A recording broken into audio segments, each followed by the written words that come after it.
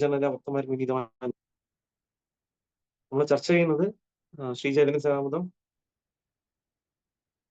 ആദിലീലയിലെ 5-ാം അധ്യായം ശ്രീ നിത്യാനന്ദ ബലരാമന്റെ മഹാത്മ്യം എന്ന അധ്യായത്തിലെ 93-ാമത്തെ ശ്ലോകം മുതലാണ് നമ്മൾ കണ്ടിന്യൂ ചെയ്യുന്നത്. നമുക്ക് ശ്ലോകത്തിലോട്ട് തുടങ്ങാം. ശ്ലോകം 93. ഓം നമോ ഭഗവതേ വാസുദേവായ. ഓം നമോ ഭഗവതേ വാസുദേവായ. ഓം നമോ ഭഗവതേ വാസുദേവായ. നമുക്ക് 93-ാമത്തെ ശ്ലോകമാണ്. തുടങ്ങുന്നതിന് മുമ്പ് ജസ്റ്റ് പ്രാർത്ഥന സമർപ്പിച്ച് തുടങ്ങാം. ജയ ജയ ശ്രീ ചൈതന്യ ജയ നിത്യാനന്ദ. ജയ ദ്വൈത ചന്ദ്ര ജയ ഗൗരഭക്ത വൃന്ദ. ജയ ജയ ശ്രീ ചൈതന്യ ജയ നിത്യാനന്ദ. ജയ ദ്വൈത ചന്ദ്ര ജയ ഗൗരഭക്ത വൃന്ദ. ജയ ജയ ശ്രീ ചൈതന്യ ജയ നിത്യാനന്ദ. ജയ ദ്വൈത ചന്ദ്ര ജയ ഗൗരഭക്ത വൃന്ദ. ശ്ലോകം 93. യസ്യാം ശാംസാ ശ്രീലഗർഭോദകസായി യന്നാഭ്യജ്യം ലോകസംഘാതനാളം ലോകസൃഷ്ടു സുദികാധാമധാതുസ് തം ശ്രീനിത്യാനന്ദരാമം പ്രപദ്ധ്യേ. യസ്യാം ശാംസ ശ്രീലഗർഭോദശായി യന്നാഭ്യജ്യം ലോകസംഘാതനാളം ലോകസൃഷ്ടു സുദികാധാമധാതുസ് തം ശ്രീനിത്യാനന്ദരാമം പ്രപദ്ധ്യേ. യസ്യാം ശാംസ ശ്രീലഗർഭോദശായി യന്നാഭ്യജ്യം ലോകസംഘാതനാളം ലോകസൃഷ്ടു സുദികാധാമധാതുസ് തം ശ്രീനിത്യാനന്ദരാമം പ്രപദ്ധ്യേ. ശബ്ദാർത്ഥം: യസ്യ ആരുടെ, അംശാംശം ശ്രീല ഗർഭ ഉദശായി ഗർഭോദകശായി വിഷ്ണു. യത് ആരുടെ, നാഭി അബ്ജം നാഭിയാകുന്ന താമര. ലോകസംഘാത ലോകങ്ങളുടെ ബാഹുല്യത്തിന്റെ നാളം വിശ്രമസ്ഥാനമായ ഒരു തണ്ടുള്ള ലോകസൃഷ്ടു ലോകങ്ങളുടെ സൃഷ്ടാവായ ബ്രഹ്മാവിന്റെ. സൂതികാധാമ ജനനസ്ഥലം. ധാതുഹു സൃഷ്ടാവിന്റെ. തം അദ്ദേഹത്തിന്. ശ്രീ നിത്യാനന്ദരാമം നിത്യാനന്ദന്റെ രൂപത്തിലുള്ള ബലരാമന്. പ്രപദ്ധ്യേ ശരണം പ്രാപിക്കുന്നു. വിവർത്തനം ഭാവാർത്ഥം: കൃഷ്ണ കൃപാമൂർത്തി ശ്രീ ശ്രീമദ് അഭയചരണാരവിന്ദ ഭക്തി വേദാന്ത സ്വാമി പ്രഭുപാദ് ശീല പ്രഭുപാദ് കി ജയ്.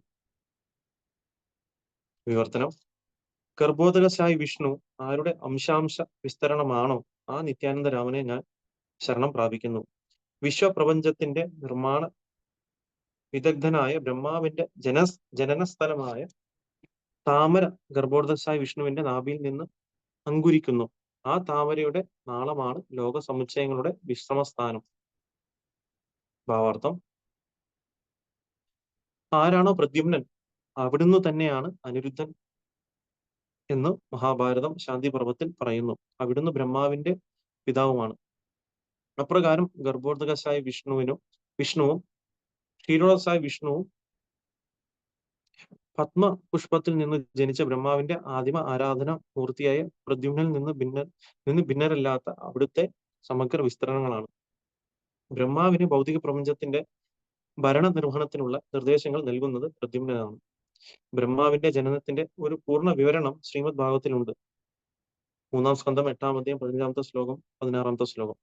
ലഘു ഭാഗവതാമൃതത്തിൽ സ്ത്രീ പുരുഷന്മാരുടെ സവിശേഷതകളുടെ വിസ്തരണത്തിൽ ഗർഭോദകശായി വിഷ്ണുവിന് ചതുർഭുജ രൂപമുണ്ടെന്നും അവിടുന്ന് തന്നെ ബ്രഹ്മാണ്ടത്തിന്റെ ശൂന്യമായ അന്തർഭാഗത്ത് പ്രവേശിച്ച് ക്ഷീരസാഗരത്തിൽ ശയിക്കുമ്പോൾ ദേവന്മാരുൾപ്പെടെയുള്ള എല്ലാ ജീവസത്തുക്കളുടെയും പരമാത്മാവെ ക്ഷീരോദകശായി വിഷ്ണുവായി അറിയപ്പെടുന്നുവെന്നും പറയുന്നു. 3-ാമത്തെ പുരുഷാവതാരമായ ക്ഷീരോദകശായി വിഷ്ണു പരമാത്മാവായി എല്ലാവരുടെയും ഹൃദയത്തിൽ സ്ഥിതി ചെയ്യുന്നതായി സാത്വത തന്ത്രത്തിലും പറയുന്നു. അവിടുന്ന് ലീലകൾക്ക് വേണ്ടിയുള്ള ഗർഭോദകശായി വിഷ്ണുവിന്റെ ഒരു വിസ്തരണമാണ്. മമ ജ്ഞാന ദിവ്രാന്തസ്യ ജ്ഞാനാഞ്ജനശലാഘ്യ ചക്ഷുർമീലിതം ഏന തസ്മൈ ശ്രീ ഗുരുവേ നമഃ. ശ്രീ ചൈതന്യ മനോഭിഷ്ടം സ്ഥാപിതം ഏന ഭൂതലേ സ്വയം രൂപകതാമഹ്യം ദദാന്തീശ്ച പദാന്തികം. വന്ദേഹം ശ്രീഗുരു ശ്രീയുതപദഗമനം ശ്രീഗുരുൻ വൈഷ്ണവാംശ്ച ശ്രീരൂപം സാഗ്രജാതം സഹഗന ഗുണാദാം വിദന്തം സജീവം സാദ്വേദം സാവധൂതം പരിജന സഹിതം കൃഷ്ണ ചൈതന്യ ദേവം ശ്രീ രാധാകൃഷ്ണ പാദാൻ സഹനിരുദ ശ്രീതാഭിഷാകാൻ വിദാംശ नमो विष्णुपादाय कृष्णप्रेष्ठाय पुत्री श्रीमदे भक्ति वेदांत स्वामी नामिने नमस्ते सारस्वती देवी गौरवाणी प्रचारिणे धर्मशेष शून्यवादी पाश्चात्य देश तारिणे जय श्री कृष्ण चैतन्य प्रभु नित्यानंद श्री अद्वैत गदाधर श्रीवासादि गौरभक्तवृंद हरे कृष्ण कृष्ण कृष्ण हरे हरे हरे राम राम राम हरे हरे वाञ्छा कल्पतरुभ्यश्च कृपा सिन्धुभ्येव च पतितानां पावनेभ्यो वैष्णवेभ्यो नमो नमः കൃഷ്ണ ഹരേ കൃഷ്ണ. നമ്മൾ ചർച്ച ചെയ്യുന്നത് ശ്രീ ചൈതന്യ ചരിതാമൃതം ആദിലീലയിലെ 5-ാം അധ്യായമായ ശ്രീ നിത്യാനന്ദ ബലരാമന്റെ മഹാത്മ്യം എന്ന അധ്യായത്തിലെ 93-ാമത്തെ ശ്ലോകമാണ്. അപ്പം നമ്മൾ ജസ്റ്റ് ഒന്ന് ഒരു റീക്യാപ്പ് ചെയ്യുകയാണെന്നുണ്ടെങ്കിൽ ആക്ച്വലി ഈ ഒരു ശ്ലോകം നമുക്ക് ചൈതന്യ ചരിതാമൃതത്തിലെ ആദിലീലയിലെ പ്രഥമ അധ്യായം 1-ാമത്തെ അധ്യായത്തിൽ നമ്മൾ നോക്കുകയാണെന്നുണ്ടെങ്കിൽ അതിൽ 10-ഓ 11-ഓ ആയിട്ട് ശ്ലോകമായിട്ടാണ് ഇത് വരുന്നത്. അതിനും ഓൾറെഡി ഈ ശ്ലോകത്തിനെ പറ്റി വിവരണം കൊടുത്തായിരുന്നു. പക്ഷെ അതിന്റെ എക്സ്പ്ലനേഷൻ ആണ് നമുക്ക് ഈ 5-ാം അധ്യായത്തിൽ വരുന്നത്. അപ്പൊ അതിലും ഈ ഇതേ ശ്ലോകം തന്നെ നമുക്ക് നോക്കുകയാണെന്നുണ്ടെങ്കിൽ നിത്യാനന്ദ ബലരാമന്റെ വിസ്തരണമാണ് മഹാവിഷ്ണു എന്നും അല്ലെങ്കിൽ കാരണവസായ വിഷ്ണു എന്നും പിന്നെ ഗർഭോടസായ വിഷ്ണു ക്ഷീരോസായ വിഷ്ണു ഒക്കെ നിത്യാനന്ദ ബലരാമൻ നിന്നാണ് വരുന്നത് എന്ന കാര്യം അതിൽ കൊടുത്തായിരുന്നു. അപ്പൊ അതിൽ ഈ ഒരു ശ്ലോകം നമ്മൾ നോക്കുകയാണെന്നുണ്ടെങ്കിൽ അതിൽ 10-ാമത്തെ ശ്ലോകമായിട്ടാണ് അത് വരുന്നത്. അപ്പം ഇനി 10-ാമത്തെ ശ്ലോകം ഇതിനെ പറ്റിയുള്ള ചർച്ചയാണ് ഇനി വരുന്ന ശ്ലോകത്തിലുള്ളത്. ഇനി 93-ാമത്തെ ശ്ലോകം മുതൽ ഓൾമോസ്റ്റ് നമ്മൾ കണ്ടിന്യൂസ് ആയിട്ട് ഒരു 10-15 ശ്ലോകത്തില് ഈ 10-ാമത്തെ ശ്ലോകത്തിനെ എക്സ്പ്ലെയിൻ ചെയ്ത് തരാണ് ചെയ്യുന്നത്. അപ്പൊ അങ്ങനെയാണ്. അപ്പൊ അതിന്റെ ഓരോ ശ്ലോകങ്ങൾ എടുത്താണ് പിന്നെ എക്സ്പ്ലെയിൻ ചെയ്ത് മുന്നോട്ട് പോകുന്നത്. അപ്പൊ നമുക്ക് ഇവിടെ കാണാൻ സാധിക്കും നിത്യാനന്ദരാമൻ അല്ലെങ്കിൽ നിത്യാനന്ദ പ്രഭു നിന്നാണ് ബാക്കിയുള്ള എല്ലാ വിസ്തരണങ്ങളും വന്നിരിക്കുന്ന കാര്യമാണ് ഈ ശ്ലോകത്തിൽ പറയുന്നത്. അപ്പം അതായത് നിത്യാനന്ദ പ്രഭുവിന്റെ അംശത്തിന്റെ അംശം എന്നാണ് ഇവിടെ ഗർഭോടസായ വിഷ്ണുവിനെ വിളിക്കുന്നത്.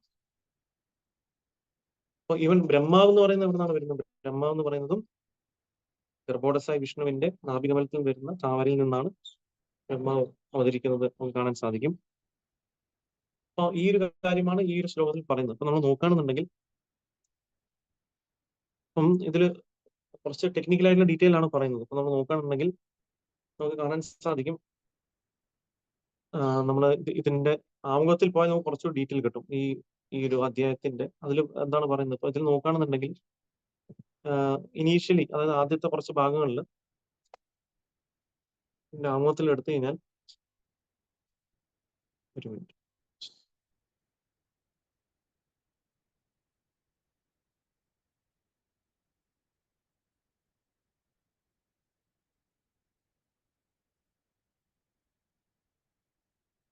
ഇതില് വ്യക്തമായിട്ട് ഇതിൽ പറയുന്നുണ്ട്. അതായത് ഇതിൽ പറയുന്നത് എന്താണ്?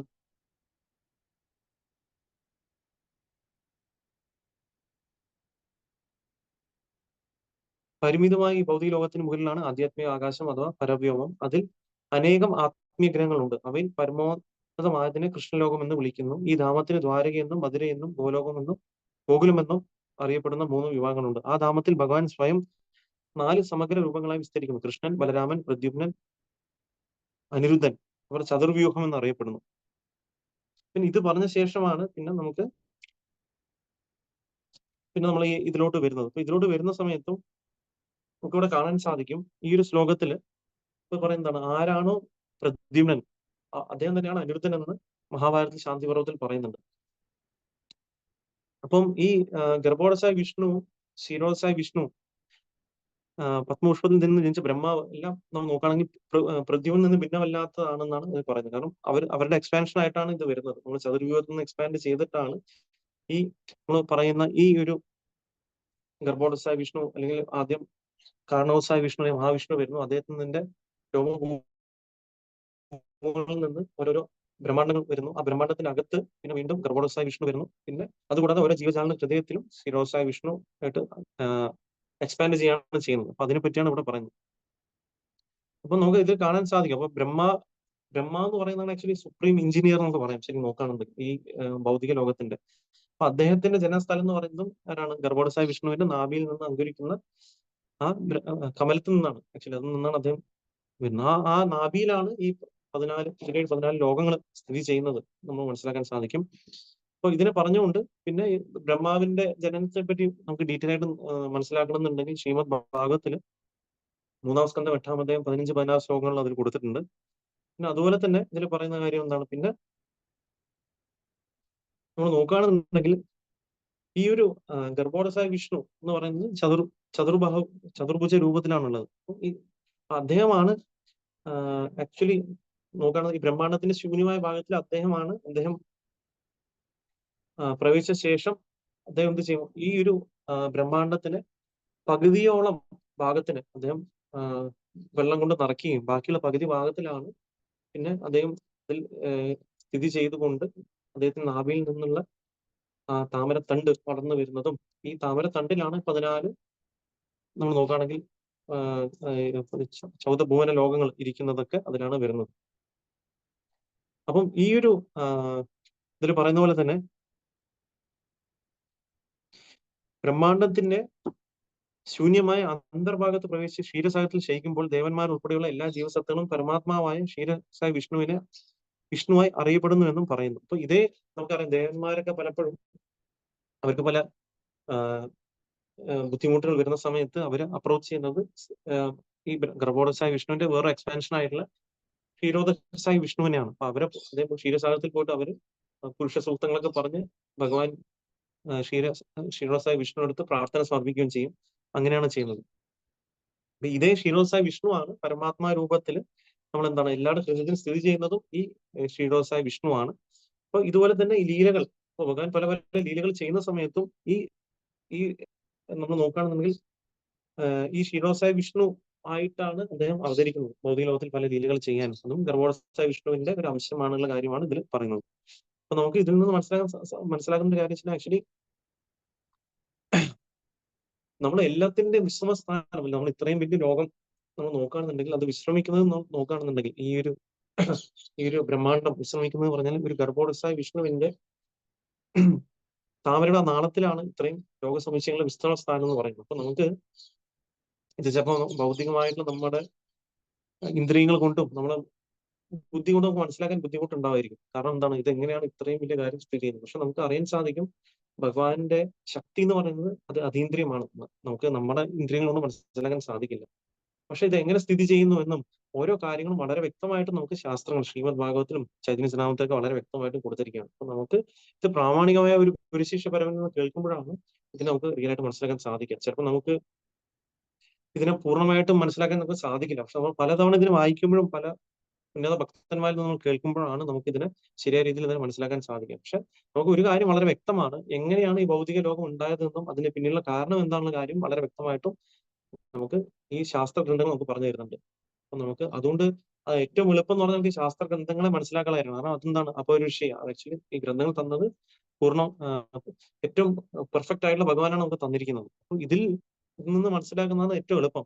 അല്ലാതെ നമ്മൾ പല രീതിയിൽ നമ്മൾ ഇതിനെ മനസ്സിലാക്കാൻ ശ്രമിച്ചാലും നമ്മൾ എത്രത്തോളം നമുക്ക് നമ്മുടെ ബുദ്ധിശക്തി ഉപയോഗിച്ചാൽ നമുക്ക് ഒരിക്കലും ഇതിന്റെ കാരണം കണ്ടുപിടിക്കാൻ സാധിക്കില്ല. അപ്പം എന്താണ് ഏറ്റവും എളുപ്പം എന്ന് വെച്ചാൽ എന്താണ്, നമ്മൾ ശാസ്ത്രങ്ങളെ നമ്മൾ ആശ്രയിക്കാനുള്ള കാര്യമാണ്. അത് വളരെ വ്യക്തമായിട്ട് ഭഗവത്ഗീതയിൽ പറഞ്ഞ അഹം സർവസ്യ പ്രഭവം മത്ത സർവം പ്രവർത്തതി അല്ലേ. അപ്പം എല്ലാത്തിന്റെ കാരണം എന്ന് പറയുന്നത് ഭഗവാനാണുള്ള കാര്യം ഭഗവത്ഗീതയിൽ ഭഗവാൻ പറഞ്ഞിട്ടില്ലേ. ഈ ആധ്യാത്മ ലോകത്തിന്റെ കാരണവും ഭൗതിക ലോകത്തിന്റെ കാരണം എന്ന് പറയുന്നത് ആരാണ്?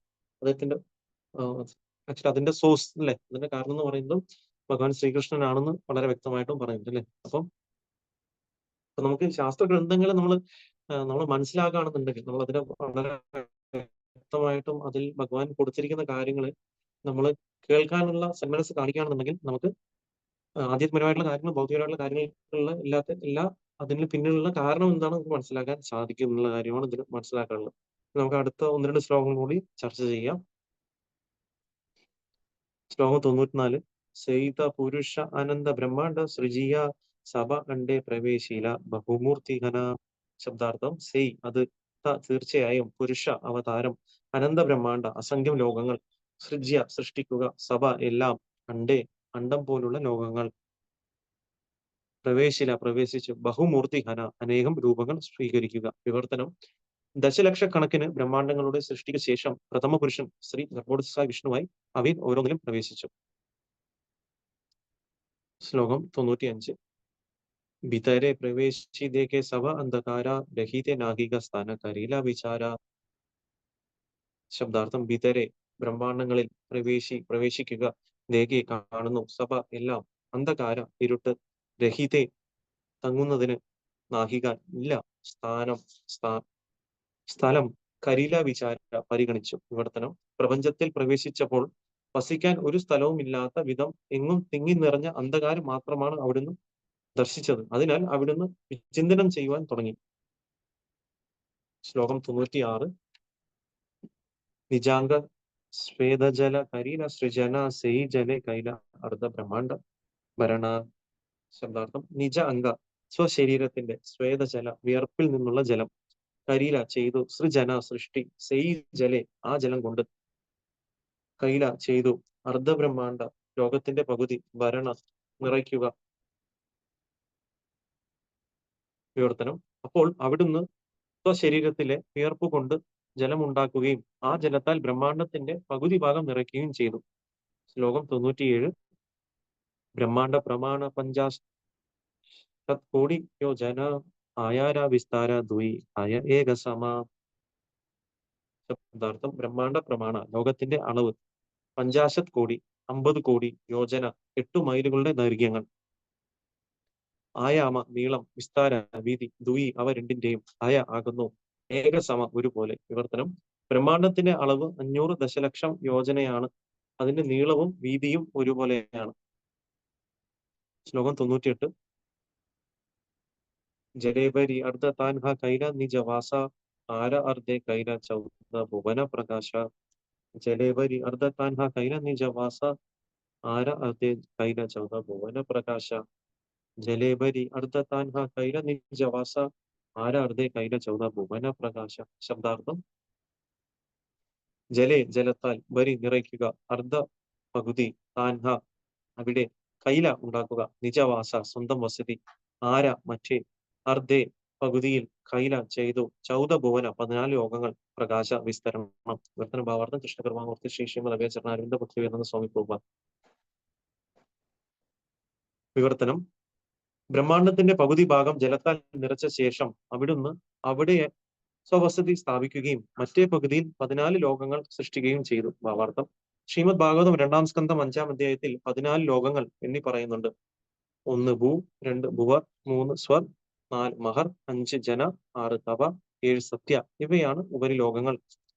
7 അധോലോകങ്ങൾ: 1 തലം, 2 അതലം, 3 വിതലം, 4 നിതലം, 5 തലാതലം, 6 മഹാതലം, 7 സുതലം എന്നിവയാണ്. അധോലോക ഗ്രഹങ്ങൾ മൊത്തത്തിൽ പാതാളം എന്ന് വിളിക്കപ്പെടുന്നു. ഉപരിഗ്രഹങ്ങളിൽ ഭൂ, ഭുവർ, സ്വർ ചേർന്നുള്ള ലോകത്തെ സ്വർഗലോകമെന്നും ബാക്കിയുള്ളവ മർത്യലോകമെന്നും വിളിക്കപ്പെടുന്നു. മുഴുവൻ പ്രപഞ്ചവും ചേർന്ന് അപ്രകാരം ത്രിലോകങ്ങൾ എന്ന് അറിയപ്പെടുന്നു.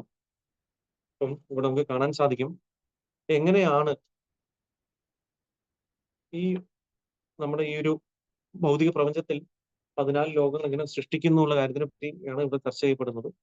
നമുക്ക് നേരത്തെ പറഞ്ഞ പോലെ തന്നെ ഗർഭോടസായ വിഷ്ണു ദശലക്ഷക്കണക്കിന് അദ്ദേഹം ബ്രഹ്മാണ്ടങ്ങൾ സൃഷ്ടിക്കുന്നുണ്ട് ആക്ച്വലി. അതിനുശേഷം അതേ പ്രഥമ പുരുഷനായ ഗർഭോടസായ വിഷ്ണു അവയിൽ ഓരോന്നിനും പ്രവേശിക്കുകയാണ് ചെയ്യുന്നത്. അപ്പൊ അദ്ദേഹം എക്സ്പാൻഡ് ചെയ്തിട്ട് അദ്ദേഹം ഓരോ ഗ്രഹങ്ങളിലോട്ടും അകത്ത് പ്രവേശിക്കുന്നുണ്ട്. അപ്പം അത്രയും നമ്മൾ പറയുകയാണെന്നുണ്ടെങ്കിൽ നമുക്ക് നേരത്തെ പറഞ്ഞ പോലെ തന്നെ നമ്മൾ ഒരു വലിയൊരു ബോക്സിൽ നമ്മൾ ഒരുപാട് കടുകുമണികൾ ഇട്ട് കഴിഞ്ഞാൽ എത്ര കടുകുമണികൾ ഉണ്ടോ അത്രയും ദശലക്ഷക്കണക്കിന് ബ്രഹ്മാണ്ടങ്ങളാണ് ഉള്ളത്. അപ്പൊ ഈ ഒരു ബ്രഹ്മാണ്ടം നമ്മളിപ്പോ ഇരിക്കുന്ന ഒരു ബ്രഹ്മാണ്ടമാണ്. അതുപോലെ തന്നെ അത്രയും ബ്രഹ്മാണ്ടങ്ങൾ നമുക്ക് കാണാൻ സാധിക്കും.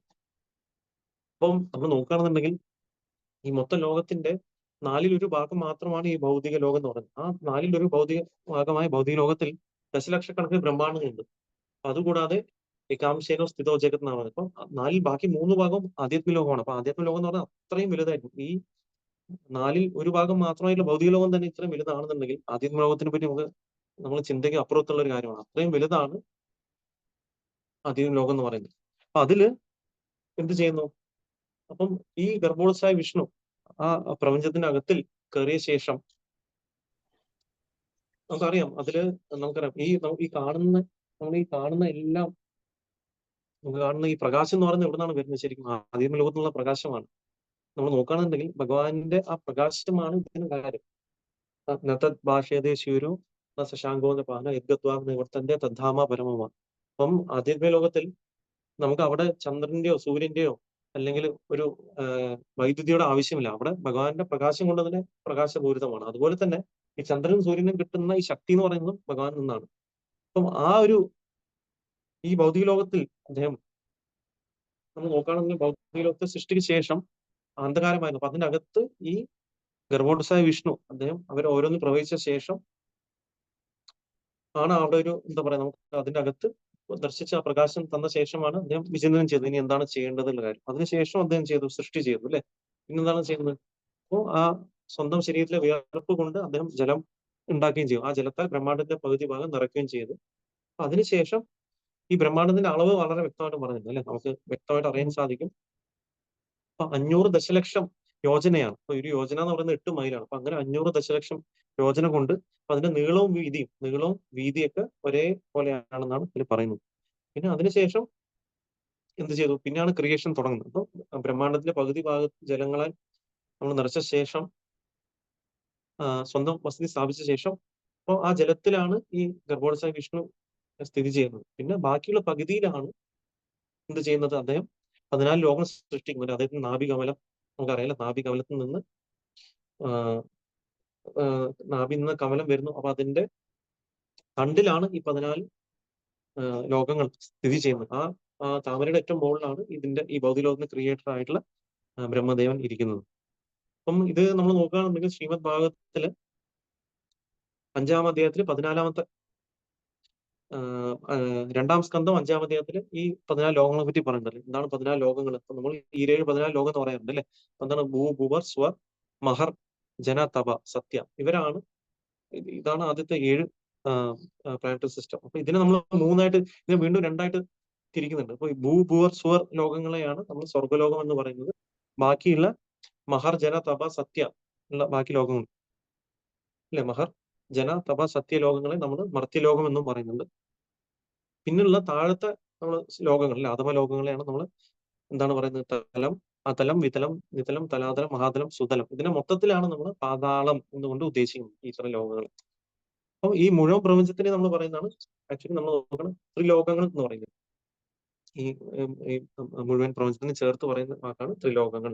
അപ്പൊ ഇങ്ങനെയാണ് നമുക്ക് ഈ ഭൗതിക ലോകത്തിന്റെ സൃഷ്ടി വളരെ വ്യക്തമായിട്ടും നമുക്ക് മനസ്സിലാക്കാൻ സാധിക്കുന്നത്. അപ്പൊ ഇതിന്റെ ഫുൾ ഡീറ്റെയിൽ ആയിട്ട് നമുക്ക് ശ്രീമദ് ഭാഗവതം 2-ാം സ്കന്ധത്തിൽ പോയാൽ നമുക്ക് മനസ്സിലാക്കാൻ സാധിക്കും. ഇനി അടുത്ത ശ്ലോകത്തിലോട്ട്. ശ്ലോകം 99. താനായി പ്രകട കൈല വൈകുണ്ഠ നിജധാമ ദേശയ ജലെ കരീല വിശ്രാമ. താൻഹായ് പ്രകട കൈല വൈകുണ്ഠ നിജധാമ ശേഷയന ജലെ കരീല വിശ്രാമ. ശബ്ദാർത്ഥം: താൻഹായ് അവിടെ, പ്രകട സൃഷ്ടി, കൈല ചെയ്തു, വൈകുണ്ഠ ആധ്യാത്മിക ലോകം, നിജധാമ സ്വഭവനം, അനന്തശേഷന്റെ ശയനശയയിൽ, ജലത്തിനു മീതെ, കരീല ചെയ്തു, വിശ്രാമം വിവർത്തനം. അവിടുന്ന് സ്വധാമമായ വൈകുണ്ഠ പ്രകടമാക്കുകയും ജലത്തിൽ അനന്തശേഷ ശൈലിയിൽ വിശ്രമിക്കുകയും ചെയ്തു. ശ്ലോകങ്ങൾ 100, 101. അനന്തശയ്യാതെ തൻഹ കരീല ശയന സഹസ്രമസ്തക തൻഹാര സഹസ്രവദന സഹസ്രചരണ ഹസ്ത സഹസ്രയന സർവ അവതാര ബീജ ജഗത്കാരണ. അനന്തശയ്യാതെ തൻഹ കരീല ശയന സഹസ്രമസ്തക താൻര സഹസ്രവദന സഹസ്രചരണ ഹസ്ത സഹസ്രയന സർവ അവതാര ബീജ ജഗത്കാരണ. അനന്തശയ്യാതെ തൻഹ കരീല ശയന സഹസ്രമസ്തക താൻര സഹസ്രവദന സഹസ്രചരണ ഹസ്ത സഹസ്രയന സർവ അവതാര ബീജ ജഗത്കാരണ. ശബ്ദാർത്ഥം: അനന്തശയ്യാതെ, അനന്തനിൽ ഒരു ശയ്യയിൽ എന്ന പോലെ, താൻഹ അവിടെ, കരീല ശയന ശയിച്ചു, സഹസ്ര ആയിരങ്ങൾ, മസ്തക ശിരസുകൾ, താൻ്റെ അദ്ദേഹത്തിന്റെ സഹസ്രവദന ആയിരക്കണക്കിന് മുഖങ്ങളുടെ സഹസ്ര ആയിരങ്ങൾ, ചരണ കാലുകൾ, ഹസ്ത കൈകൾ, സഹസ്രനയന ആയിരക്കണക്കിന് കണ്ണുകൾ, സർവ അവതാര ബീജ എല്ലാ അവതാരങ്ങളുടെയും വിത്ത്, ജഗത് കാരണ ഭൗതിക ലോകത്തിന്റെ കാരണം. വിവർത്തനം ഭാവാർത്ഥം കൃഷ്ണ കൃപാമൂർത്തി ശ്രീ ശ്രീ നവേചാരണാരവിന്ദ ഭക്തിവേദാന്ത സ്വാമി കൃപാ ശീല കൃപാദിക്ക് ജയ്. വിവർത്തനം അവിടെ അവിടുന്ന് അനന്തനെ ശയ്യയാക്കി ശയിച്ചു. അനന്ത ഭഗവാൻ ആയിരക്കണക്കിന് ശിരസ്സുകളും ആയിരക്കണക്കിന് മുഖങ്ങളും ആയിരക്കണക്കിന് കണ്ണുകളും ആയിരക്കണക്കിന് കൈകളും പാദങ്ങളുമുള്ള ഒരു ദിവ്യനാഗമാണ്. എല്ലാ അവതാരങ്ങളുടെയും ബീജവും ഭൗതിക ലോകത്തിന്റെ കാരണവും ആണ് അവിടുന്ന്. ഭാവാർത്ഥം ഗർഭോദശായ വിഷ്ണുവിന്റെ വിയർപ്പ് കൊണ്ട് സൃഷ്ടിച്ച സമുദ്രത്തിൽ വിഷ്ണുവിന്റെ സമഗ്ര വിസ്തരണമായ ശേഷനിൽ ശയിക്കുന്ന ഭഗവാനെ ശ്രീമദ് ഭാഗവതത്തിലും 4 വേദങ്ങളിലും താഴെ കൊടുത്തിട്ടുള്ളതുപോലെ വർണ്ണിച്ചിരിക്കുന്നു. സഹസ്ര ശ്രീഷ പുരുഷ സഹസ്രാക്ഷ സഹസ്രപാദ് സ ഭൂമി വിശ്വതോ വൃത്വാത്യത്തിഷ്ട ദശാങ്കുലം. അനന്തശയനം എന്ന് വിളിക്കപ്പെടുന്ന വിഷ്ണു രൂപത്തിന് ആയിരക്കണക്കിന് കൈകളും കാലുകളും ആയിരക്കണക്കിന് കണ്ണുകളുമുണ്ട്. ഭൗതിക ലോകത്തിലെ എല്ലാ അവതാരങ്ങളുടെയും സജീവ ഉത്പാദകനും അവിടുന്ന് തന്നെയാകുന്നു. അപ്പൊ നമുക്ക് ഇവിടെ കാണാൻ സാധിക്കും, ഇവിടെ നമുക്ക് ഗർഭോദശായി വിഷ്ണു അദ്ദേഹം ശയിക്കുന്നത് അനന്തശയനിലാണ്. അപ്പൊ ശയനെ പറ്റിയാണ് ഇവിടെ നമ്മൾ ചർച്ച ചെയ്യപ്പെടുന്നത്. അപ്പൊ ഇതിൽ പറയുന്നു, അപ്പൊ അദ്ദേഹത്തിന് എന്താണ് അപ്പൊ അദ്ദേഹത്തിന്റെ എന്താണ് ശരിക്കും അനന്തശയനം എന്ന് പറയുന്നത് അദ്ദേഹത്തിന്റെ ഒരു ബെഡ് പോലെയാണ് നമ്മൾ നോക്കുകയാണെങ്കിൽ ഭഗവാൻ ശയിക്കുന്നത്. അപ്പം അത് അദ്ദേഹത്തിന് എന്താണ് അപ്പൊ അനന്ത ഭഗവാൻ എന്ന് പറയുന്നത് അദ്ദേഹം ആക്ച്വലി നോക്കുകയാണ് അനന്തൻ എന്ന് പറയുന്നത് ഭഗവാൻ നമ്മൾ നോക്കുകയാണെങ്കിൽ ബലരാമൻ തന്നെയാണ് അല്ലെ. നമ്മൾ എപ്പോഴും അറിയാം ബലരാമൻ അല്ലെങ്കിൽ നിത്യാനന്ദ പ്രഭു എന്ന് പറയുന്ന എന്താണ് നമ്മൾ നോക്കുകയാണെങ്കിൽ കൃഷ്ണനെ സേവിക്കാനുള്ള മൂഡാണ് അദ്ദേഹത്തിന് എപ്പോഴും ഉള്ളത്. അപ്പം നമ്മൾ നോക്കുകയാണെങ്കിൽ ഏതൊരു അവതാരം എടുത്താലും നമ്മൾ ഭഗവാൻ കൃഷ്ണൻ അവതരിക്കുമ്പോൾ കൂടെ അദ്ദേഹത്തിന് സേവനം ചെയ്യാൻ വേണ്ടിയിട്ട് അദ്ദേഹത്തിന്റെ ബലരാമനായിട്ടും അല്ലെങ്കിൽ രാമൻ വരുമ്പോൾ ലക്ഷ്മണനായിട്ടും നമുക്ക് കാണാൻ സാധിക്കും. അതുപോലെ തന്നെ ചൈതന്യ മഹാപ്രഭു അവതരിക്കുമ്പോൾ നിത്യാനന്ദ പ്രഭുവായിട്ടും അദ്ദേഹം അവതരിക്കും. അതുപോലെ തന്നെ ഇവിടെ ഗർഭോദശായ വിഷ്ണു ആയി വരുമ്പോഴും എപ്പോഴും നമ്മൾ എന്താണ് ബലരാമൻ എന്തായിട്ട് വിസ്തരിക്കുന്നു, അല്ലെങ്കിൽ നിത്യാനന്ദ ബലരാമൻ ഇവിടെ അനന്തശയ്യായിട്ടാണ് വിസ്തരിക്കുന്നത്. അപ്പം എപ്പോഴും സേവന മനോഭാവം ഉള്ളതാണ് ബലരാമനിലൂടെ നമുക്ക് കാണാൻ സാധിക്കും. എപ്പോഴും ഭഗവാനെ സേവനം ചെയ്യുക. അപ്പം അദ്ദേഹം പല പല എക്സ്പാൻഷൻസ് ആയിട്ടാണ് ഭഗവാനെ സേവനം ചെയ്യുന്നത്. ഇവിടെ നമുക്ക് കാണാൻ സാധിക്കും അനന്ത ഭഗവാൻ ആയിരക്കണക്കിന് ശിരസ്സുകൾ അദ്ദേഹത്തിനുണ്ട്, ആയിരക്കണക്കിന് മുഖങ്ങളും ആയിരക്കണക്കിന് കണ്ണുകളും ആയിരക്കണക്കിന് കൈകളും പാദങ്ങളും ഉള്ള ഒരു ദിവ്യനാഗമായിട്ടാണ് അനന്ത ഭഗവാൻ നമ്മൾ പറയുന്നത്. അപ്പൊ നമ്മൾ നോക്കുകയാണെങ്കിൽ ഈ എല്ലാ അവതാരങ്ങളുടെ ബീജവും അല്ലെങ്കിൽ ഭൗതിക ലോകത്തിന്റെ കാരണവും അദ്ദേഹം തന്നെയാണെന്നാണ് ഇവിടെ നമുക്ക് മനസ്സിലാക്കാൻ സാധിക്കുന്നത്. അപ്പൊ നമുക്കിവിടെ നമ്മൾ പറയണം, അപ്പൊ ഇവിടെ പറഞ്ഞ പോലെ തന്നെ ഇപ്പൊ 4 വേദങ്ങളും ഒക്കെ നമുക്ക് പലപ്പോഴും നമ്മൾ പല പല വൈദിക മന്ത്രങ്ങളും അല്ലെങ്കിൽ നമ്മൾ പലപ്പോഴും യജ്ഞങ്ങളൊക്കെ ചെയ്യുന്ന സമയത്ത് നമ്മൾ ഉച്ചരിക്കുന്ന ഒരു മന്ത്രമാണ് ഇത്. ഇവിടെ പറഞ്ഞു സഹസ്ര ശ്രീഷ പുരുഷ സഹസ്രാക്ഷ സഹസ്രപ ഞാൻ ഭൂമി വിശദോ വൃത്ത ദശാങ്കുലം. അപ്പൊ എന്താണ് അതില് എന്താണ് കാരണം അനന്തശയനം നമ്മൾ അദ്ദേഹത്തിന് നമ്മൾ പ്രാർത്ഥന സമർപ്പിക്കുകയാണ് ആദ്യം ചെയ്യുന്നത്. അപ്പൊ അതിലെന്താണ് പറയുന്നത്, അപ്പൊ അനന്തശയനം എന്ന് വിളിക്കപ്പെടുന്ന വിഷ്ണു രൂപത്തിന് ആയിരക്കണക്കിന് കൈകളും കാലുകളും ആയിരക്കണക്കിന് കണ്ണുകളുമുണ്ട്. ഭൗതിക ലോകത്തിലെ എല്ലാ അവതാരങ്ങളും സജീവ ഉത്പാദകനും അവിടുന്ന് തന്നെ ആകുന്നു. അപ്പൊ അദ്ദേഹത്തിനെ ഗ്ലോറിഫൈ ചെയ്തുകൊണ്ടാണ് നമ്മൾ പല കാര്യങ്ങളും നമ്മൾ തുടങ്ങുന്നത്. അപ്പം ഈ രീതിയിൽ അനന്തശയനിലാണ് ആ ഗർഭോദശായ വിഷ്ണു വിശ്രമിക്കുന്നത്. അനന്തശയനൻ അദ്ദേഹത്തിന് സേവന മനോഭാവത്തോടെ സേവനം ചെയ്യാണ് ചെയ്യുന്നത്. ഈ ശ്ലോകം 102 താൻഡ്രനാ വിപത്മ ഹൈതെ ഉടീല ഏക പത്മ സെയ് പത്മേ ഹൈല ബ്രഹ്മാര ജന്മസദ്മ. താൻഡ്ര അദ്ദേഹത്തിന്റെ നാഭിപത്മത്തിൽ ഹൈതെ നിന്ന് ഉടീല വളരുക ഏക ഒന്ന് പത്മ താമരപ്പൂവ് സെയ് പത്മേ ആ താമരയിൽ ഹൈല ഉണ്ടായിരുന്നു ബ്രഹ്മാവിന്റെ ജന്മസ്ഥലം. വിവർത്തനം അവിടുത്തെ നാഭിയിൽ നിന്ന് ഒരു താമരപ്പൂ വളരുകയും അത് ബ്രഹ്മാവിന്റെ ജന്മസ്ഥലമായി തീരുകയും ചെയ്തു. ശ്ലോകം 103 സെയ് പത്മനാളെ ഹൈല ചൗദ ഭുവന തേൻഹോ ബ്രഹ്മഹന സൃഷ്ടി കരീല സൃജന. ശബ്ദാർത്ഥം സെയ് പത്മനാളെ ആ പത്മത്തിന്റെ നാളത്തിൽ ഹൈല ഉണ്ടായിരുന്നു ചൗദ ഭുവന 14 ലോകങ്ങൾ തേൻഹോ അദ്ദേഹം ബ്രഹ്മാവായി ആവിർഭവിച്ച് സൃഷ്ടി കരീല സൃജന സൃഷ്ടിച്ചു. വിവർത്തനം ആ പത്മത്തിന്റെ നാളത്തിലായിരുന്നു 14 ലോകങ്ങളും. അപ്രകാരം ബ്രഹ്മാവിന്റെ രൂപത്തിൽ അവിടുന്ന് സമസ്ത ഭൗതിക പ്രപഞ്ചത്തെയും സൃഷ്ടിച്ചു. ശ്ലോകം 104 വിഷ്ണുരൂപഹനകരെ ജഗത് പാലനെ ഗുണാതീത വിഷ്ണു സ്പർശന ഹിമായ ഗുണേ. വിഷ്ണുരൂപഹനകരെ ജഗത് പാലനെ ഗുണാതീത വിഷ്ണു സ്പർശ നാഹിമായ ഗുണേ.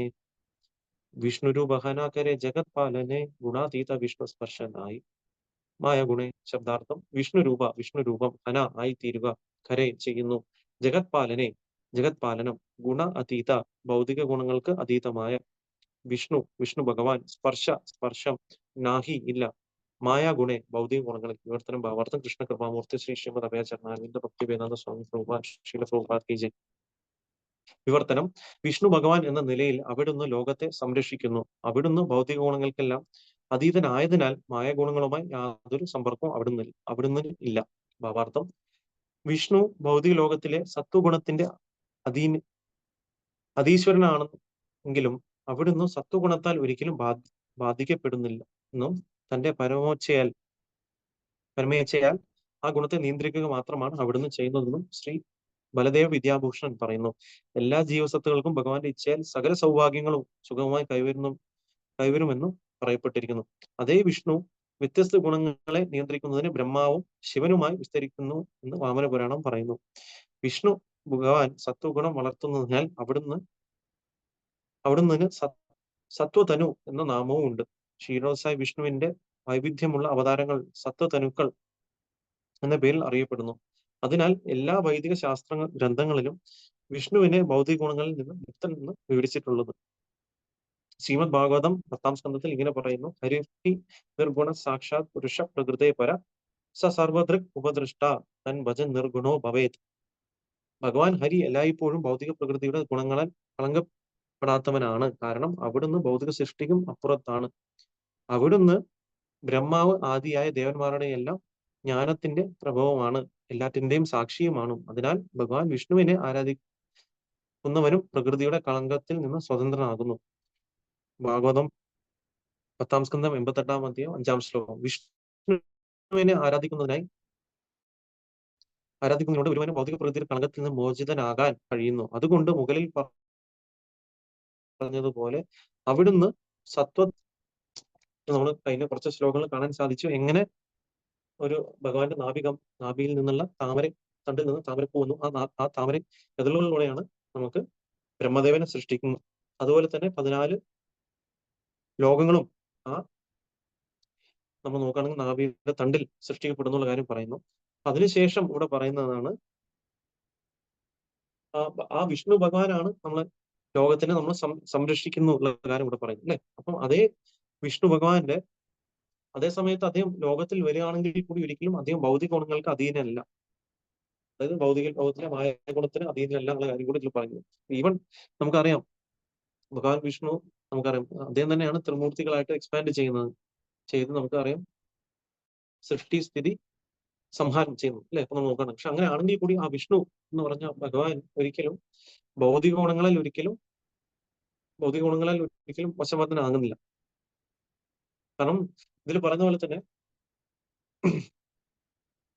ഈ ഗുണങ്ങളൊക്കെ നിയന്ത്രിക്കുന്ന വ്യക്തി എന്ന് പറയുന്ന ആരാണ്? നമുക്കറിയാം ഭഗവാനാണ്, അല്ലെ? അപ്പൊ അതുകൊണ്ടാണ് ഭഗവത്ഗീതയിലും നമുക്ക് 7-ാം അധ്യായത്തിൽ 14-ാം ശ്ലോകത്തിൽ പറയുന്നു: ദേവി ഹേഷ ഗുണമയി മമ മായ ദുരത്യ മാമേവയം പ്രദന്തിന്റെ മായമേതാം തരന്തിത്തെ, അല്ലെ? അപ്പം എന്റെ ദൈവികേഷ ഗുണമയി, ഈ മായശക്തി എന്ന് പറയുന്നത് എന്റെ കൺട്രോളിലാണെന്ന് ഭഗവാനോട് പറയുന്നത്, അല്ലെ? അതിന്റെ കാരണവും ഭഗവാനാണ്. അപ്പം ഭഗവാന്റെ അധീനതയിലാണ് ഈ മായാശക്തി എന്ന് പറയുന്നത്. അപ്പൊ ഒരിക്കലും ഭഗവാൻ ഭൗതിക ലോകത്തിൽ വിസ്തരിക്കുമ്പോൾ, മഹാവിഷ്ണുവെ അവതരിക്കുമ്പോഴും ഒരിക്കലും മായാശക്തിയുടെ കീഴിൽ അദ്ദേഹം അകപ്പെടുന്നില്ല എന്നുള്ള കാര്യം മനസ്സിലാക്കുന്നത്. അപ്പം അതുകൊണ്ടാണ് ഭഗവാൻ പറയുന്നില്ല, അപ്പൊ ഏതൊരു വ്യക്തിയാണോ എന്നെ ശരണം പ്രാപിക്കുന്ന ആ വ്യക്തിക്ക് വളരെ എളുപ്പമായിട്ടും ഈ മായാശക്തി അല്ലെങ്കിൽ 3 ത്രിഗുണങ്ങളിൽ നിന്ന് വളരെ എളുപ്പമായിട്ട് മോക്ഷം നേടാൻ സാധിക്കുന്നു ഭഗവാനോട് പറയുന്നു. അപ്പൊ അതുപോലെ തന്നെ ഇവിടെ നമ്മൾ നോക്കുകയാണെന്നുണ്ടെങ്കിൽ ഇവിടെ പറയുന്ന പോലെ തന്നെ എന്താണ് പറയുന്നത്? വിഷ്ണു ഭൗതിക ലോകത്തിലെ സത്വഗുണത്തിന്റെ അതീശ്വരനാണെങ്കിലും അവിടുന്ന് സത്വഗുണത്താൽ ഒരിക്കലും ബാധിക്കപ്പെടുന്നില്ല. തന്റെ പരമേച്ഛയിൽ ആ ഗുണത്തെ നിയന്ത്രിക്കുക മാത്രമാണ്, അല്ലെ? നമുക്കറിയാം, നമ്മൾ പലപ്പോഴും പറയുന്ന എക്സാമ്പിൾ ആണ്. ഇപ്പം നമ്മൾ ഒരു രാജാവ് പല പല നിയമങ്ങൾ പ്രജകൾക്ക് വേണ്ടി സൃഷ്ടിക്കും. പക്ഷെ ആ നിയമങ്ങൾ ഒരിക്കലും രാജാവിന് ബാധകമല്ല ശരിക്കും. കാരണം നമ്മൾ നോക്കുകയാണെന്നുണ്ടെങ്കിൽ ആ നിയമങ്ങൾക്കും അപ്പുറത്താണ് രാജാവ്. അതുപോലെ തന്നെ ഈ 3 ഗുണങ്ങൾ ഭഗവാൻ സൃഷ്ടിക്കുകയാണെങ്കിൽ കൂടി ഈ 3 ഗുണങ്ങൾക്ക് മുകളിലാണ് ഭഗവാൻ. ഇപ്പൊ ഭഗവാൻ അവതരിക്കുമ്പോഴും ഒരിക്കലും അതുകൊണ്ടാണ് ഭഗവാൻ നിർഗുണ എന്ന് പറയുന്നത്, അല്ലെ? നിർഗുണ എന്താണ്? അപ്പൊ ഈ 3 ഗുണങ്ങൾക്കും അപ്പുറത്തുള്ളതാണ് വ്യക്തിയാണ് ഭഗവാൻ എന്ന് പറയുന്നത്. അപ്പം ഭഗവാൻ ഒരിക്കലും ഈ ഗുണങ്ങളിൽ കൺട്രോളിലാവുന്നില്ല. അപ്പൊ ഏതൊരു വ്യക്തിയാണോ ആ ഭഗവാൻ, ഏത് ഭഗവാനാണോ ഈ ഗുണങ്ങൾക്ക് അപ്പുറത്തുള്ള ആ ഭഗവാനെ ആശ്രയിക്കുന്നത്, ആ വ്യക്തികൾക്കും ഈ മൂന്ന് ഗുണങ്ങളിൽ നിന്ന് മോക്ഷം നേടാൻ സാധിക്കുന്നു ഭഗവാൻ ഇവിടെ പറയുന്നുണ്ട്. അപ്പൊ അതുപോലെ തന്നെ അതുകൊണ്ടാണ് ഭഗവാന് ആക്ച്വലി വിഷ്ണു ഭഗവാൻ സത്വഗുണം വളർത്തുന്നതിൽ അവിടുന്ന് സത്വതനു എന്ന വാക്ക് കൊടുക്കുന്നത്. സത്വതനു കാരണം എന്താണ്, അദ്ദേഹം സത്വഗുണത്തിനെ വളർത്തുന്നതുകൊണ്ട് അദ്ദേഹത്തിന് സത്വതനു എന്ന വാക്ക് കൂടി അല്ലെ ഭഗവാൻ അങ്ങനെ കൂടി വിളിക്കുന്നുണ്ട്. അപ്പൊ ഇതിൽ പറയുന്നത് എന്താണ്, പിന്നെ പറയുന്ന കാര്യം എന്താണ്, ഇപ്പൊ നമ്മൾ നോക്കുകയാണെങ്കിൽ എല്ലാ വൈദിക ശാസ്ത്രങ്ങളും എല്ലാ വൈദിക ശാസ്ത്ര ഗ്രന്ഥങ്ങളും വിഷ്ണുവിനെ ഭൗതിക ഗുണങ്ങളിൽ മുക്തനാണ് വിവരിച്ചിട്ടുണ്ട്. അല്ലെ അപ്പം ഇതിൽ പറയുന്ന പോലെ തന്നെ ശ്രീമദ് ഭാഗവതത്തിലെ 10-ാം സ്കന്ധത്തിലെ 88-ാമത്തെ 5-ാം ശ്ലോകത്തിൽ പറയുന്നു അല്ലെ, എന്താണ് പറയുന്നത്, ഹരിർഹി നിർഗുണ സാക്ഷാത്. അപ്പൊ ഭഗവാൻ ഹരി എല്ലായ്പ്പോഴും ഭൗതിക പ്രകൃതി ഗുണങ്ങളാൽ കളങ്കപ്പെടാത്തവനാണ്. ഭാഗവത്തിൽ തന്നെ വളരെ വ്യക്തമാണ്. പുരുഷ പ്രകൃതയെ പരഹ, കാരണം എന്താണ്, കാരണം അദ്ദേഹം ഭൗതിക സൃഷ്ടിക്കും അപ്പുറത്താണ്. അതാണ് അതിന്റെ റീസൺ അല്ലെ. സ സർവദൃക് ഉപദൃഷ്ട തം ഭജൻ നിർഗുണോ ഭവേത്. കാരണം അദ്ദേഹം അവിടുന്ന് ബ്രഹ്മാവ് ആദ്യ ദേവന്മാര് നോക്കണം, അവിടുന്ന് ബ്രഹ്മാവ് ആദ്യ ദേവന്മാരുടെ എല്ലാം ജ്ഞാനത്തിന്റെ പ്രഭവമാണ്, എല്ലാത്തിന്റെയും സാക്ഷിയുമാണ്. അപ്പൊ അദ്ദേഹം എന്താണ്, ഉപദൃഷ്ട, എല്ലാത്തിനും സാക്ഷി എന്ന് പറയുന്നതാണ് ഭഗവാൻ അല്ലെ. അതിനാൽ ഭഗവാൻ വിഷ്ണുവിന് ആരാധിക്കുന്നവനും പ്രകൃതിയുടെ കളങ്കത്തിൽ നിന്ന് സ്വന്തമാകുന്നു. അപ്പൊ നമുക്കറിയാം ഭൗതിക ഗുണങ്ങൾ എന്ന് പറഞ്ഞാൽ എന്താണ്, വളരെ ബുദ്ധിമുട്ടാണ്. നമുക്ക് ഒരിക്കലും നമുക്ക് ഓരോ സമയത്തും ചിലപ്പോൾ നമുക്ക് ദേഷ്യം വരും, ചിലപ്പോൾ നമ്മൾ വിഷമിക്കും, ചിലപ്പോൾ സന്തോഷമായിട്ടിരിക്കും. ഈ ഗുണങ്ങളെ നമുക്ക് കൺട്രോൾ ചെയ്യാൻ ഒരിക്കലും സാധിക്കില്ല. നമ്മൾ എത്രത്തോളം നമ്മൾ ശ്രമിച്ചാലും അല്ലെ, നമ്മൾ ചിലപ്പോൾ ഞാൻ ദേഷ്യപ്പെടാതെ ഇരിക്കണം എന്ന് ചിന്തിച്ചാലും നമുക്ക് അറിയാൻ ദേഷ്യം വരും. അപ്പൊ നമുക്ക് ഈ ഗുണങ്ങൾ ഓരോ നിമിഷവും നമുക്ക് ഈ ഗുണങ്ങൾ നമ്മളെ എന്താണ് പിടിച്ചോണ്ടിരിക്കുകയാണ്. ആക്ച്വലി നോക്കണം, ഒരു ചെങ്ങല പോലെ ഓരോ സ്ഥലത്ത് ഒരു ഒരു 3 കയർ കെട്ടി നമ്മളെ വെച്ചാൽ എന്ത് സംഭവിക്കും, ഒരു സമയത്ത് നമ്മൾ ഇങ്ങോട്ട് പോകും, ഒരു അങ്ങോട്ട് പോകും, സമയത്ത് ഇങ്ങോട്ട് പോകും. അപ്പൊ നമ്മൾ എപ്പോഴും കണ്ടീഷൻഡ് ആണ്. അതാണ് കണ്ടീഷണൽ അല്ലെ. നമ്മൾ എപ്പോഴും നോക്കുകയാണെങ്കിൽ ഗുണങ്ങളാൽ നമ്മൾ എപ്പോഴും പ്രഭാവിതനാണ്. അപ്പം ഏതൊരു വ്യക്തിയാണോ ഭഗവാൻ വിഷ്ണുവിനെ അല്ലെങ്കിൽ ഭഗവാൻ ഹരി അല്ലെങ്കിൽ കൃഷ്ണനെ ആശ്രയിച്ച് അദ്ദേഹത്തിനെ ആരാധിക്കുന്നത്, അപ്പൊ ആ ഒരു വ്യക്തിക്ക് ഈ ഗുണങ്ങളിൽ നിന്ന് വളരെ എളുപ്പമായിട്ടും ഗുണങ്ങളിൽ നിന്ന് മോക്ഷം നേടാൻ സാധിക്കുന്നതാണ് ഇതിൽ പറയുന്നത്. വിഷ്ണുവിനെ ആരാധിക്കുന്നതിലൂടെ ഒരുവന് ഭൗതിക പ്രകൃതിയുടെ കളങ്കത്തിൽ നിന്ന് മോചിതനാകാൻ കഴിയുന്നു. അതുകൊണ്ട് മുകളിൽ പറഞ്ഞതുപോലെ അവിടുന്ന് സത്വധനു എന്ന് വിളിക്കപ്പെടുന്നു. അതുകൊണ്ടാണ് മകൻ സത്വധനു വിളിക്കുന്നത് അല്ലെ. ഇപ്പൊ എന്താണ്, സത്വഗുണം വളർത്തിയെടുക്കുന്ന ആരാണ്, വിഷ്ണുവാണ്. അപ്പൊ നമുക്കറിയാം, നമുക്ക് ഒരു വ്യക്തി സത്വഗുണത്തിലെങ്കിലും ഉയർന്നു വരണം എന്നാണ് ശാസ്ത്രങ്ങൾ പറയുന്നത് നോക്കുകയാണെങ്കിൽ. അപ്പൊ സത്വഗുണത്തിൽ വന്നാൽ മാത്രമാണ് നമുക്ക് എന്ത് ചെയ്യാൻ പറ്റും, നമുക്ക് അറ്റ്ലീസ്റ്റ് നമുക്ക് ആധ്യാത്മികത്തിലുള്ള കാര്യങ്ങളൊക്കെ ചെയ്യാൻ സാധിക്കുക. അപ്പൊ നമ്മൾ നോക്കുകയാണെങ്കിൽ അൾട്ടിമേറ്റ്ലി ഓരോ വ്യക്തികളും എന്ത് ചെയ്യണം, ഓരോ വ്യക്തികളും സത്വഗുണത്തിൽ നിന്ന് വിശുദ്ധ സത്വത്തിലോട്ട് വരണം എന്നാണ് ശാസ്ത്രങ്ങൾ പറയുന്നത്. അപ്പൊ നമുക്ക് ആ സത്വഗുണം വളർത്തിയെടുക്കാനും അല്ലെങ്കിൽ വിശുദ്ധ സത്വത്തിലോട്ട് വരാനും ഉള്ള ഒരേ ഒരു വഴി എന്ന് പറഞ്ഞാൽ എന്താണ്, നമ്മള് ഭഗവാന്റെ നാമങ്ങൾ ജപിക്കുക, ഭഗവാന്റെ ഉപദേശങ്ങൾ നമ്മൾ ഫോളോ ചെയ്യുന്ന കാര്യമാണ്. അപ്പൊ അല്ലാതെ നമ്മൾ എത്രത്തോളം നമ്മൾ ശ്രമിച്ചാലും നമുക്ക് ഈ ഗുണങ്ങൾ ഒരിക്കലും ക്രോസ് ചെയ്യാൻ നമുക്ക് സാധിക്കില്ല അല്ലെ. ഗുണങ്ങൾ എന്ന് പറഞ്ഞാൽ അതുപോലെ ചങ്ങലകൾ പോലെയാണ്. നമ്മുടെ കഴിവുകൾ കൊണ്ട് നമുക്ക് ഒരിക്കലും ഗുണങ്ങളെ നമുക്ക് ക്രോസ് ചെയ്യാൻ സാധിക്കില്ല. കാരണം എന്താണ്, രണ്ടും ഭഗവാന്റെ ശക്തികൾ തന്നെയാണ്. നമ്മളും ഭഗവാന്റെ ശക്തി തന്നെയാണ്, ഗുണങ്ങളും ഭഗവാന്റെ ശക്തിയാണ്. പക്ഷെ ഭഗവാന്റെ ഈ ഭൗതിക ശക്തി എന്ന് പറഞ്ഞാൽ അത്രയും കഠിനമാണ്. നമ്മുടെ കഴിവുകൾ കൊണ്ട് അതിനെ ക്രോസ് ചെയ്യാൻ നമുക്ക് സാധിക്കില്ല. നമ്മളെക്കാളും ശക്തിയുള്ള ഒരു വ്യക്തിയെ നമുക്ക് തോൽപ്പിക്കാൻ പറ്റുമോ? ഇല്ല, നമുക്ക് സാധിക്കില്ല. പക്ഷെ നമ്മൾ അതേ സമയത്ത് നമ്മൾ ശക്തിമാനായ ഒരു വ്യക്തിയെ ആശ്രയിക്കുകയാണെങ്കിൽ ഈ ഈ ഭൗതിക ഗുണങ്ങളുടെ ഉദ്ഭവ സ്ഥാനമായ ഭഗവാനെ നമ്മൾ ആശ്രയിക്കുകയാണെന്നുണ്ടെങ്കിൽ നമുക്ക് വളരെ എളുപ്പമായിട്ടും ഈ ഭൗതിക ഗുണങ്ങളിൽ നിന്ന് പുറത്തോട്ട് വരാൻ നമുക്ക് സാധിക്കും. അപ്പൊ അതാണ് നമുക്ക് ഈ ശ്ലോകത്തിൽ പറഞ്ഞത്. അപ്പൊ ഏതൊരു വ്യക്തിയാണോ ആ സപ്തധനുവായ ഭഗവാൻ വിഷ്ണുവിനെ ആരാധിക്കുന്നതും ആ ഭഗവാനെ ആശ്രയിച്ചുകൊണ്ട് ഭഗവാന്റെ ഉപദേശങ്ങളെ നമ്മൾ ഒരു വ്യക്തി അതിനെ അനുവർത്തിക്കുകയും ചെയ്യും, ഭക്തന്മാരുടെ സംഘത്തിൽ ഭഗവാനെ സേവനം ചെയ്യുന്ന ഒരു വ്യക്തിക്ക് വളരെ എളുപ്പമായിട്ടും ഈ ഗുണങ്ങൾക്കും അതീതമാവാൻ സാധിക്കും എന്നാണ് ഈ ശ്ലോകം പറയുന്നത്.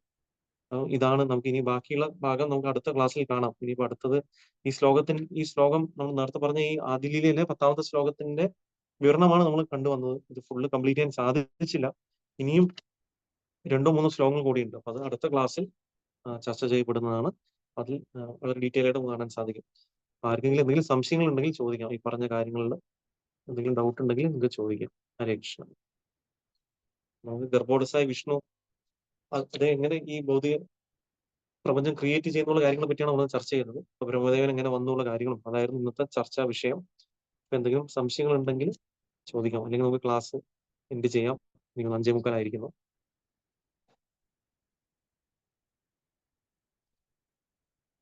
ഓക്കെ. വേറെ ഹരേ കൃഷ്ണ പ്രഭുജി. ഹരേ കൃഷ്ണ. പ്രഭുജി ദണ്ഡോപ്പണം. പ്രഭുജി, പിന്നെ ഗർഭദശയായ വിഷ്ണു സൂപ്പർ സോൾ ആയിട്ടല്ലേ എല്ലാ ഇതിലും എൻ്റർ ചെയ്തിരിക്കുന്നത് യൂണിവേഴ്സിൽ? ശരിക്കും ക്ഷീരോദസായി വിഷ്ണു ആയിട്ടാണ് അദ്ദേഹം സൂപ്പർ സോൾ ആയിട്ട് ഇരിക്കുന്നത്. ഗർഭോദസായി വിഷ്ണു ആയിട്ട് അദ്ദേഹം ഓരോ യൂണിവേഴ്സസിലും അദ്ദേഹം യൂണിവേഴ്സ് ക്രിയേഷൻ ചെയ്യുന്നുണ്ട്. അതേ ഗർഭോദസായി വിഷ്ണു വീണ്ടും ക്ഷീര ഉദസായി വിഷ്ണു ആയിട്ടാണ് അദ്ദേഹം സൂപ്പർ സോൾ ആയിട്ട് നമ്മൾ നോക്കുകയാണെന്നുണ്ടെങ്കിൽ ഓരോ ജീവാത്മാക്കളുടെ ഹൃദയത്തിലും കുടികൊള്ളുന്നതെന്നാണ് ഇതിൽ പറയുന്നത് പ്രഭു. അതായത് പ്രഭു ചാപ്റ്റർ 5 ആ. 93 ശ്ലോകത്തില് ആ. ഒരു മിനിറ്റ് പ്രഭു, ഞാൻ അതെടുത്ത് ചെയ്തിട്ടുണ്ടായിരുന്നു.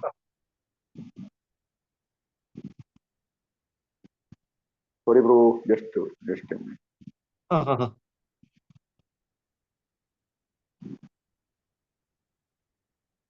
അതില് ഭാവാർത്ഥത്തിൽ ലാസ്റ്റ് വരുന്നല്ലേ പ്രഭു? അല്ല, വിവർത്തനത്തില് സൂപ്പർ സോൾ ആയിട്ട് യൂണിവേഴ്സൽ ഫോമിനകത്ത് എൻ്റർ ചെയ്യുന്നുണ്ടെന്ന്. അതിന്റെ വിവർത്തനം വിഷ്ണു. അല്ലേ ബ്രോ? അത് കാരണം എന്ന് പറഞ്ഞാൽ അത് പലയിടത്തും സൂപ്പർ സോൾ ഒന്നേ ഉള്ളൂ, സൂപ്പർ സോൾ ജീവാത്മാവിലെ ക്ഷീരോദശിക വിഷയമാണ് വന്നത്.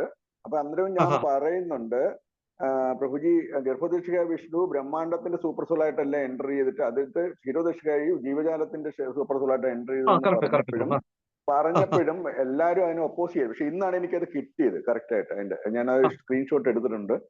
അപ്പൊ ഒന്നുകൂടെ കൺഫേം ചെയ്യാൻ വേണ്ടിയാ പ്രഭുവിനോട് ഞാൻ ചോദിച്ചു. കറക്റ്റാണ് ബ്രോ. നമ്മൾ ആക്ച്വലി ഈ യൂണിവേഴ്സിലോട്ട് ഫസ്റ്റ് എൻ്റർ ചെയ്യുന്നത് ഗർഭോദസായി വിഷ്ണു ആണ്. അതിനുശേഷം അത് സൂപ്പർ സോൾ ആണെന്ന് വ്യക്തമായിട്ട് എഴുതിയിട്ടില്ലേ പ്രഭു അതിനകത്ത്? ഗർഭോദസായി വിഷ്ണു ആരുടെ അംശ വിസ്തരണമാണോ ആ നിത്യാനന്ദരാമനെ ശരണം പ്രാപിക്കുന്നു. വിശ്വപ്രപഞ്ചത്തിന്റെ നിർമ്മാണ വിദഗ്ധനായ ബ്രഹ്മാവിന്റെ ജന്മസ്ഥലം താമര. അതിലല്ല അതിനകത്ത് ഭാഗവതത്തിലെ അതിനകത്തൊരു കോട്ട് കൊടുത്തിട്ടുണ്ടല്ലോ, അതൊന്ന് ക്ലിക്ക് ചെയ്ത് കഴിഞ്ഞാൽ ഭാഗവതത്തിന്റെ 15 മുതൽ 16 ഇത് വരില്ല, 3-ാമത്തേൽ 15 മുതൽ 16 വരെ. ഓക്കെ. അപ്പൊ അതില് 15-ൽ ക്ലിക്ക് ചെയ്യുമ്പോൾ നമുക്കത് കറക്റ്റ് ആയിട്ട് കിട്ടത്തില്ല. നോക്കി. ഓക്കെ. ബ്രഹ്മാവിന്റെ ജനനത്തിന്റെ 3, 8, 15, 16 അല്ലേ? അതില് 15 ഒന്ന് ക്ലിക്ക് ചെയ്ത് നോക്കിയപ്പോൾ. ഒരു മിനിറ്റ് ഞാനൊന്ന് ഇതിൽ ഫോൺ എടുക്കാൻ പറഞ്ഞു. ഞാൻ ആ ശ്ലോകം ഒരു മിനിറ്റ്.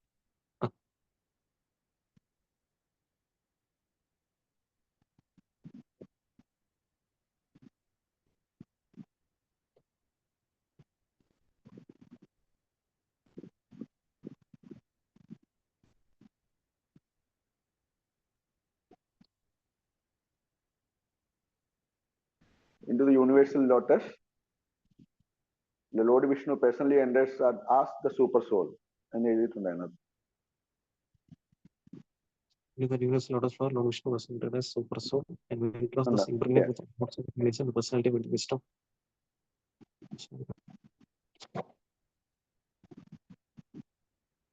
യൂണിവേഴ്സൽ ലോട്ടസ് എന്ന് പറയുന്നതിന്റെ മഹാതത്വമല്ലേ? അതിനകത്താണ് ഇത് ചെയ്തിരിക്കുന്നത് ഓരോ ബ്രഹ്മാണ്ടത്തിൽ. Into that universal lotus flower, Lord Vishnu person entered as super soul. Correct ആണ് ബ്രോ, കറക്റ്റ്. അപ്പൊ നമ്മൾ ആക്ച്വലി ജീവാത്മാക്കളുടെ ഹൃദയത്തിലുള്ള ക്ഷീരോദശിക വിഷ്ണു.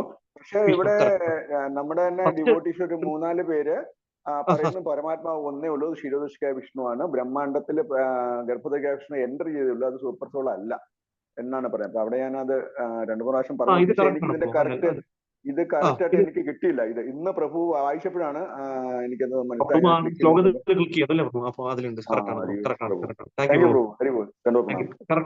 അപ്പൊ നമ്മൾ ആക്ച്വലി ആ സൂപ്പർ സോൾ ആയിട്ട് ഫസ്റ്റ് എൻ്റർ ചെയ്യുന്നത് ഗർഭോദസായി വിഷ്ണു ആണ്. പിന്നെ അദ്ദേഹം എക്സ്പാൻഡ് ചെയ്ത് ക്ഷീരോദസായി വിഷ്ണു എന്ന ബാക്കിയുള്ള സെക്കൻഡറി ക്രിയേഷൻ. അതെ ബ്രോ, കറക്റ്റ് ആണ്. Thank you bro. ആ ഒരു പോയിന്റ് കാരണം പലർക്കും ഇത് സംശയം വരാറുണ്ട്. അതുകൊണ്ട് ഞാനത് നോക്കിയിരിക്കുന്നത് എവിടാന്ന് എനിക്ക് വായിച്ചു കേട്ടിട്ടുണ്ട്, പക്ഷെ എവിടാന്ന് അറിയില്ല.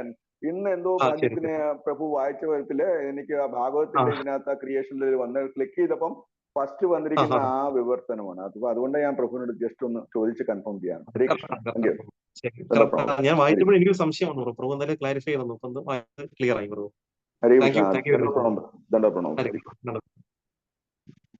Thank you bro. അപ്പൊ നമുക്ക് എന്തായാലും 5:50 അപ്പൊ വേറെ സംശയങ്ങളൊന്നും ഇല്ലാന്നുണ്ടെങ്കിൽ നമുക്ക് ക്ലാസ് എൻഡ് ചെയ്യാം. വന്നു ചേർന്ന എല്ലാ ഭക്തന്മാർക്കും വിനീതമായ നന്ദി. നമുക്ക് ബാക്കി ഇതിന്റെ കണ്ടിന്യൂഷൻ ആയിട്ട് നാളെ ക്ലാസ്സിൽ ചർച്ച ചെയ്യപ്പെടുന്നതാണ്. ശ്രീ ചൈതന്യ ചരിതാമൃതം കി ജയ്, ശ്രീല പ്രഭുപാദ് കി ജയ്, വേദ ഗൗർ കി ജയ്, ഗൗർ ജയ്. Thank you. ഹരേ കൃഷ്ണ.